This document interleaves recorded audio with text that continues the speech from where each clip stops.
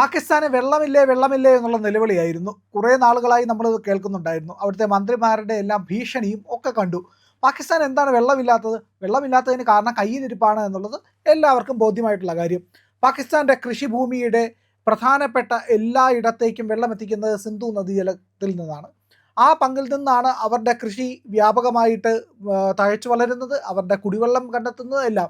പക്ഷേ ഭീകരവാദം കൊണ്ട് നമ്മൾ വെള്ളം കൊടുക്കുന്നില്ല എന്ന് തീരുമാനിച്ചു. അങ്ങനെ നിലവിളിച്ച് ലോകം മൊത്തം ഇവർ പോയി കരച്ചിലായിരുന്നു. ആ കരച്ചിൽ ഇപ്പോൾ ഫലം കണ്ടിരിക്കുന്നു എന്നുള്ളതാണ് ഏറെ പ്രധാനപ്പെട്ട കാര്യം. അതായത് വെള്ളമില്ല എന്ന് പറഞ്ഞവർക്ക് വെള്ളം കിട്ടി. വെള്ളം കിട്ടിയപ്പോൾ എന്താ, അയ്യോ ഞങ്ങളെ മുക്കിക്കൊല്ലുന്നേ, ഇതാ പ്രളയമാണ് പാകിസ്ഥാനിൽ എന്ന് പറഞ്ഞ് കരച്ചിലാണ്. എങ്ങനെയാണ് പാകിസ്ഥാനിൽ പ്രളയം ഉണ്ടായതെന്ന് അറിയാമോ? പ്രളയം ഉണ്ടായത് മൺസൂണിൻ്റെ ഭാഗമായിട്ട്. മൺസൂൺ നമ്മുടെ ഇവിടെ കഴിഞ്ഞ മാസം എത്തിയ, അതായത് മെയ് മാസത്തിൻ്റെ അവസാനത്തോടു കൂടി ജൂൺ ആദ്യ വാരത്തിൽ പൂർണ്ണമായ മൺസൂൺ എന്ന് പറയുന്ന പ്രതിഭാസം, കാലാവസ്ഥാ പ്രതിഭാസം, ഇത് നേരെ അങ്ങോട്ട് പോയി. എങ്ങോട്ടേക്ക് പോയി? നമ്മുടെ സഹ്യപർവ്വതത്തിൻ്റെ ഓരം ചേർന്ന ആ പ്രദേശങ്ങളിലെല്ലാം മഴ കൊടുത്ത് ഗുജറാത്ത് വഴി നേരെ കാശ്മീർ വരെ എത്തുന്നതാണ് ഈ മൺസൂൺ എന്ന് പറയുന്നത്. ആ കാലാവസ്ഥ ഇപ്പോൾ അവിടെ കാശ്മീരിലൊക്കെ കനത്ത മഴ പെയ്യുകയാണ്. കനത്ത മഴ ഉണ്ടായിരുന്നു. ആ മഴയുടെ ഫലമായിട്ട് ചെനാബിൽ വെള്ളം നിറഞ്ഞ് അത് നേരെ പാകിസ്ഥാനിലേക്ക് ഒഴുകിയെത്തിയതോടുകൂടി തന്നെ അവിടെയൊക്കെ വൻ തോതിൽ പ്രളയം സംഭവിച്ചു. പാകിസ്ഥാൻ്റെ പല മേഖലകളിലും വെള്ളപ്പൊക്കമുണ്ടായി, വ്യാപക കൃഷിനാശമുണ്ടായി, ആൾക്കാരുടെ ജീവിതത്തെയൊക്കെ ബാധിച്ചു എന്നുള്ളതാണ്. അപ്പോൾ ഉടനെ പറഞ്ഞു, ഇന്ത്യ ഇതാ പ്രളയമുണ്ടാക്കി പാകിസ്ഥാനികളെ കൊല്ലാൻ നോക്കുന്നു എന്നാണ്. ഏതായാലും അത് അല്ല എന്ന് ഇന്ത്യ അക്കമിട്ട് നിരത്തി തെളിയിച്ചു കൊടുത്തു. നിങ്ങളല്ലേ പറഞ്ഞത് അവിടെ കാലാവസ്ഥാ മുന്നറിയിപ്പ് കൊടുത്തതെന്ന് എന്ന്? ആ മുന്നറിയിപ്പിൻ്റെ അടിസ്ഥാനത്തിൽ ഫ്ലഡ് ഉണ്ടാവാനുള്ള സാധ്യതയുണ്ട് എന്ന് പാകിസ്ഥാൻ തന്നെയാണല്ലോ പറഞ്ഞത്. അവരുടെ നാട്ടിൽ പ്രളയം വരാൻ പോകുന്നു എന്ന് മുന്നറിയിപ്പ് കൊടുത്തത്. ഇന്ത്യ ഡാം തുറന്നു വിട്ടിട്ടില്ല. ഇന്ത്യ ഡാം തുറന്നു വിട്ടത് കാരണമല്ല പ്രളയമുണ്ടായത്, ഇത് സ്വാഭാവിക പ്രതിഭാസമാണ് എന്ന് ഇന്ത്യ കൃത്യമായിട്ട് പറയുന്നുണ്ട്. ഇന്ത്യയുടെ വിദേശകാര്യ വക്താവായിട്ടുള്ള രൺധീർ ജയ്സ്വാൾ ഇതിനെപ്പറ്റി അക്കമിട്ട് നിർത്തി കാര്യങ്ങൾ പറയുന്നുണ്ട്. ഇതിനകത്ത് പറയുന്നുണ്ട്, ലാഹോറിലെ പാകിസ്ഥാൻ്റെ സ്വന്തം ഫ്ലഡ് ഫോർകാസ്റ്റിംഗ് ഡിവിഷൻ്റെ റിപ്പോർട്ട് അദ്ദേഹം ചൂണ്ടിക്കാണിക്കുന്നുണ്ട്. ജൂലൈ 22 അവർ പുറപ്പെടുവിച്ച പ്രളയ മുന്നറിയിപ്പിൽ വ്യക്തമായിട്ട് പറയുന്നുണ്ട്, ചെനാബിലെ ഉയർന്ന പ്രളയനിരപ്പിന് കാരണമായ മുകൾ ഭാഗത്തുള്ള നീരൊഴുക്ക് പ്രദേശങ്ങളിൽ പെയ്ത കനത്ത മഴയുടെ കാരണത്താലാണെന്നും മഴ കുറഞ്ഞതോടെ മരാളിയിലെ ഉയർന്ന നീരൊഴുക്ക് ക്രമേണ കുറയുമെന്നും ആ വെതർ ഫോർകാസ്റ്റിനകത്ത് വ്യക്തമായിട്ട് പറയുന്നുണ്ട്. ഒരു ഫ്ലഡ് അലർട്ട് അവർ തന്നെ കൊടുത്തിട്ടുമുണ്ട്. അപ്പോൾ ഇന്ത്യ ഈ പറയുന്ന ഡാം തുറന്നു വിട്ട് ഫ്ലഡ് ഉണ്ടാക്കി, ഇല്ലെങ്കിൽ പ്രളയം ഉണ്ടാക്കി എന്ന് പറയുന്നതിൽ എന്ത് അടിസ്ഥാനമാണുള്ളത്? ഇനി നമ്മൾ വെള്ളം കൊടുക്കുന്നില്ല എന്ന് പറഞ്ഞുകൊണ്ട് ഇവർ നടത്തിയ പ്രസ്താവനകൾ എന്തൊക്കെയായിരുന്നു ഒന്ന് ആലോചിച്ച് നോക്കൂ. ഖ്വാജ ആസിഫ് എന്ന് പറയുന്ന അവരുടെ പ്രതിരോധ മന്ത്രി എന്താണ് പറഞ്ഞത്? വെള്ളം തന്നില്ലെങ്കിൽ ഇന്ത്യക്കെതിരെ യുദ്ധം ചെയ്യുമെന്ന് പറഞ്ഞു. ഇന്ത്യയെ തകർത്ത് തരിപ്പണമാക്കുമെന്ന് പറഞ്ഞു. ഇവരുടെ പ്രധാനമന്ത്രി തന്നെ പറഞ്ഞു, നമ്മുടെ നാഗപൂർ വരെ വന്ന് ആക്രമിക്കുമെന്ന് പറഞ്ഞു. പിന്നെ വെസ്റ്റ് ബംഗാൾ വരെ വന്ന് ആക്രമിക്കുമെന്നും കൊൽക്കത്ത വരെ ആക്രമിക്കുമെന്നും അവർ പറഞ്ഞിരുന്നു. ബിലാവൽ ഭൂട്ടോ അവരുടെ മന്ത്രി പറഞ്ഞത് എന്തായിരുന്നു? ആണവായുധം റെഡിയാണ്, വെള്ളം തന്നില്ലെങ്കിൽ ഇന്ത്യക്കെതിരെ അത് പ്രയോഗിക്കുമെന്ന് പറയും. ആണവ ഭീഷണി ലോകത്തൊരു രാജ്യത്തോട് ചെയ്യാത്ത പരിപാടിയാണത്. ചെയ്യുന്നത് കൊടിയ യുദ്ധം നടക്കുമ്പോൾ മാത്രമാണ്. അപ്പോൾ അങ്ങനെ ആണവ ഭീഷണി മുഴക്കി. ഇനി കാലാവസ്ഥാ മന്ത്രിയായിട്ടുള്ള മുസാദിഖ് മസൂദ് എന്ന് പറയുന്ന, മറ്റേ മസൂദ് ഹസൻ്റെ പേരൊക്കെ പോലെയുണ്ട് അല്ലേ, ഭീകരവാദി, അതുപോലത്തെ ഒരു ഭീകരൻ തന്നെയാണ് വരും. മുസാദിഖ് മസൂദ് എന്ന് പറയുന്ന അയാൾ പറഞ്ഞു, ടാപ്പ് അടച്ചാൽ നരേന്ദ്രമോദിയുടെ കൈ വെട്ടുമെന്ന് പറഞ്ഞവന്മാരാ. ഇവൻ പറഞ്ഞു നരേന്ദ്രമോദിയുടെ കൈവെട്ടുമെന്ന്. എന്നിട്ടും തീർന്നില്ല. ലോകം മൊത്തം ഓടി നടന്ന് കരയുകയാണ് പാകിസ്ഥാൻ ചെയ്തത്. ഇന്ത്യ വെള്ളം തരുന്നില്ല, ഞങ്ങൾക്ക് ജീവിക്കാൻ നിവൃത്തിയില്ല, വരണ്ട് കിടക്കുകയാണ് ഞങ്ങളുടെ കൃഷിഭൂമികൾ, ഇന്ത്യ വെള്ളം തരുന്നില്ല എന്ന് പറഞ്ഞുകൊണ്ട് നേരെ കാനഡയിൽ പോയിട്ട് ആ കാനഡയിൽ നിന്ന് പ്രസംഗിച്ചു. ഇവരുടെ മന്ത്രിമാരും ഇവരുടെ പ്രതിനിധികളുമൊക്കെ പറഞ്ഞു, ഞങ്ങൾക്ക് ഇന്ത്യ വെള്ളം തരുന്നില്ല എന്ന്.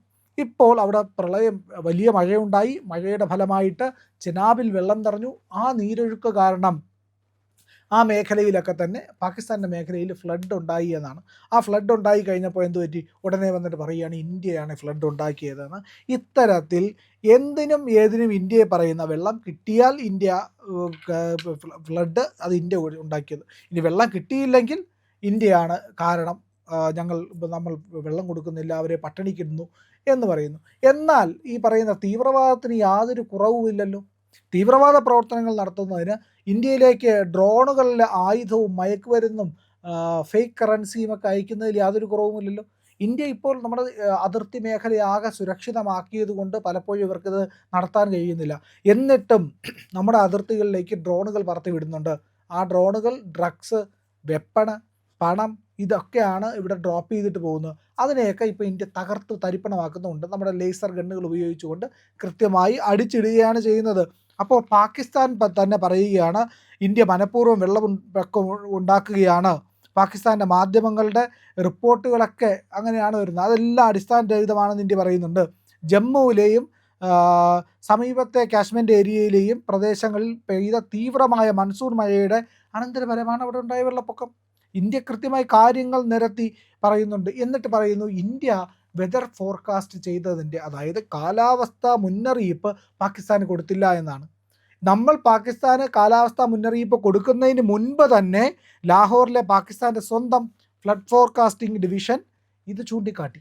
അവർ പറഞ്ഞു അവിടെ ഫ്ലഡ് ഉണ്ടാകാൻ പോവാണ്, വലിയ വെള്ളപ്പൊക്കം വരും, മഴയുടെ അളവ് ഇന്ത്യയുടെ മേഖലയിൽ വളരെയധികം കൂടുതലാണ്, അതുകൊണ്ട് ജാഗ്രത പാലിക്കണമെന്ന് സ്വന്തം ജനങ്ങൾക്ക് അവർ തന്നെ റിപ്പോർട്ട് നൽകിയിട്ട്, അവർ തന്നെ മുന്നറിയിപ്പ് നൽകിയിട്ട് ഇന്ത്യയാണ് വെള്ളപ്പൊക്കം ഉണ്ടാക്കിയെന്ന് പറഞ്ഞു കഴിഞ്ഞാൽ എന്ത് മാന്യതയാണുള്ളത്? ശരിക്കും പറഞ്ഞാൽ ഈ സർക്കാർ ഈ CJPക്കെതിരെയൊക്കെ സമരം CJP ഒക്കെ ഇന്ത്യക്കെതിരെ സമരം ചെയ്യുമ്പോൾ അതിനെയൊക്കെ നോക്കിയിരിക്കുന്ന സർക്കാർ, നമ്മുടെ സർക്കാരുണ്ടല്ലോ, അവർ വളരെ ജനാധിപത്യപരമായിട്ട് മര്യാദയോടുകൂടി സമാധാനപരമായിട്ടൊക്കെയാണ് ഇതിനെ കൈകാര്യം ചെയ്യുന്നത്. അതേ നിലപാടാണ് പലപ്പോഴും പാകിസ്ഥാൻ്റെ നേർക്ക് കൊടുക്കുന്നത് എന്നുള്ളതാണ്.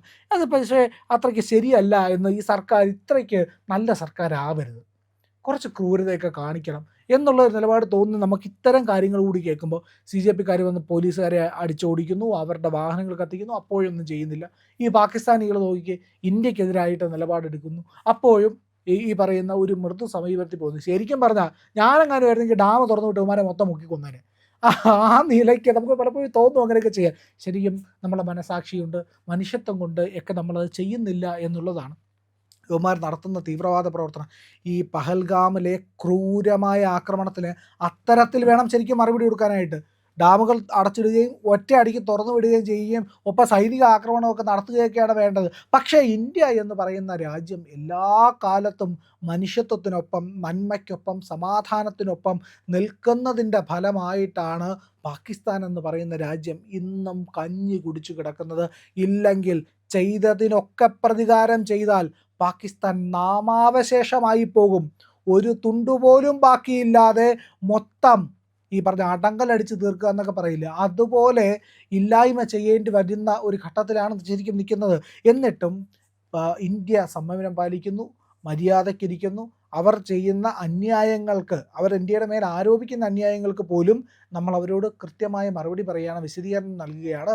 ഇത് ഞങ്ങളല്ല, നിങ്ങൾ തന്നെയാണ് ചെയ്തിരിക്കുന്നത്, കണ്ടില്ലേ, നിങ്ങൾക്കറിയാമല്ലോ, സ്വാഭാവികമുണ്ടായിട്ടുള്ള ഒരു ഫ്ലഡിനെ നിങ്ങൾക്ക് കൈകാര്യം ചെയ്യാൻ പറ്റാതെ പോയതാണ്, അത് നിങ്ങൾ മാനേജ് ചെയ്യുന്നതിൽ പ്രശ്നം പറ്റി എന്നുള്ളതാണ് ഇന്ത്യ പറയുന്നത്. കാരണം ഇന്ത്യ പല മേഖലയിലും ഉണ്ടാകുന്ന വെള്ളപ്പൊക്കത്തിനെ ഇന്ത്യ കൈകാര്യം ചെയ്യുന്നുണ്ട്. പണ്ടൊരു കാലഘട്ടത്തിൽ നമുക്കറിയാമല്ലോ, ബീഹാറിൻ്റെ ദുഃഖമായിട്ടായിരുന്നു നമ്മൾ ആസാമിൻ്റെ ദുഃഖമായിട്ട്, ബീഹാറിൻ്റെ ദുഃഖമായിട്ടും ഒക്കെയാണ് നദികളെ വിശേഷിപ്പിച്ചിരുന്നത്. ആ മേഖലയിലേക്ക് ഇപ്പോൾ ഫ്ലഡ് അങ്ങനെ കേൾക്കാറില്ലല്ലോ. പണ്ട് ഭാണ്ഡക്കെട്ടുകളുമായിട്ട് നമ്മുടെ നാട്ടിലേക്ക് ഭിക്ഷാടനം പോലെ ആൾക്കാർ വരുമായിരുന്നു, വെള്ളപ്പൊക്കത്തിൽ സർവ്വതും നശിച്ചു, സഹായിക്കണമെന്ന് പറഞ്ഞുകൊണ്ട്. അങ്ങനെ ഇപ്പോൾ എന്തുകൊണ്ട് ആൾക്കാർ വരാത്തത്? അവിടെയൊക്കെ റിവർ വാട്ടർ മാനേജ്മെൻറ്റ് സിസ്റ്റം കൊണ്ടുവന്ന് അതിനെയൊക്കെ ശരിയായിട്ട് ഉപയോഗിക്കാൻ തുടങ്ങി നമ്മുടെ സർക്കാർ എന്നുള്ളതാണ്. പക്ഷേ പാകിസ്ഥാൻ അതിനൊന്നും നേരമില്ല. കണ്ടവൻ്റെ രാജ്യത്ത് പോയിട്ട് ഉണ്ട പൊട്ടിക്കുക, കണ്ടവൻ്റെ രംഗത്ത് ബോംബ് പൊട്ടിക്കുക, ഇത്യാദി വിനോദങ്ങളുമായിട്ട് നടക്കുന്ന ആൾക്കാർക്ക് സ്വന്തം നാടിനെ സംരക്ഷിക്കാനുള്ള സാഹചര്യം ഉണ്ടാകില്ല എന്നുള്ളതാണ്. ഏതായാലും പാകിസ്ഥാൻ അവരുടെ മനഃപൂർവ്വമായിട്ട് അവരുടെ നാട്ടിൽ തന്നെ അവരുടെ പിഴവ് കൊണ്ടുണ്ടായിട്ടുള്ള ഫ്ലഡിലാണ്, അല്ലെങ്കിൽ പ്രളയത്തിലാണ് അവർ ദുരിതം അനുഭവിക്കുന്നത്. ഇന്ത്യയുടെ ഭാഗത്തു നിന്നുണ്ടായ ദുരിതമല്ല, അത് കൃത്യമായിട്ട് ഇന്ത്യ വ്യക്തമാക്കുന്നുണ്ട്. ഇന്ത്യയോട് വെള്ളം ചോദിച്ചു, പക്ഷേ കിട്ടിയത് അവർക്ക് പ്രളയമായി പോയി. ഇന്ത്യ കൊടുത്തതല്ല, പക്ഷേ പ്രളയം കൃത്യമായി സംഭവിച്ചിരിക്കുന്നു എന്നതാണ് വസ്തുത. പ്രിയമുള്ളവരെ, മറ്റു മാധ്യമങ്ങൾ പറയാത്ത ഏറ്റവും പുതിയ വാർത്തകളും വിശകലനങ്ങളുമായിട്ടാണ് ഇന്ത്യ ലൈവ് നിങ്ങളുടെ മുന്നിലേക്ക് വരുന്നത്. നമ്മുടെ ചാനൽ കാണണം, ഒരുപാട് പേരെ കാണിക്കണം, അവരോടൊക്കെ ചാനലിൻ്റെ വരിക്കാരാവാൻ പറയണം, സബ്സ്ക്രൈബ് ചെയ്യണം. ചെയ്യാത്ത ആളുകൾ ഉറപ്പായിട്ടും ചെയ്യണേ.